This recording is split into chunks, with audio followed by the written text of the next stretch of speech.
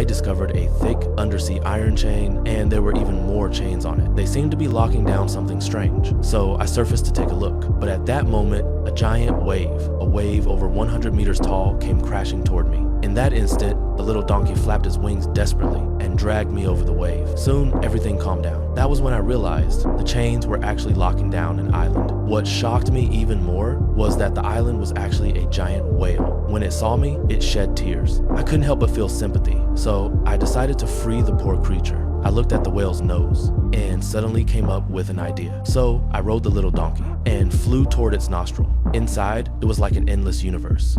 We went inside and affected the whale. The giant whale's nose was scratched by the little donkey's wings. The whale immediately felt an itch. It slowly raised its head. The chains broke one after another. The giant whale let out a huge sneeze and was finally free. We were blasted away. The little donkey was so strong because it was originally a Pegasus. After coming to the human world, it stomped everywhere and caused huge damage to farmland. I was assigned to be a field manager. Only one night, the horse fell into the river. I immediately realized this was my chance. So I used all my strength to pull it up, but when I saw it crying, my heart softened. I told it not to destroy the fields anymore, and then I let it go. The stallion was deeply moved. To thank me, the next morning, it brought me 2 good horses, transformed into the little donkey that protected me. But just then, the farmer appeared angrily. He wanted me to take responsibility for freeing the warhorse. When I didn't know what to do, the little donkey told me to get on its back and carried me away. But once we got out, I realized the 2 horses were still locked in the stable. The little donkey wasn't worried at all. It told me to cover my ears, then it blew a loud whistle. The horses immediately came running. This infuriated the farmer. Then I took the horses to the market and soon met the king. He ordered his men to take the horses without paying anything. This tyrannical act made the little donkey furious. It whistled again. Soon, the 2 horses rushed back. The king's carriage was dragged away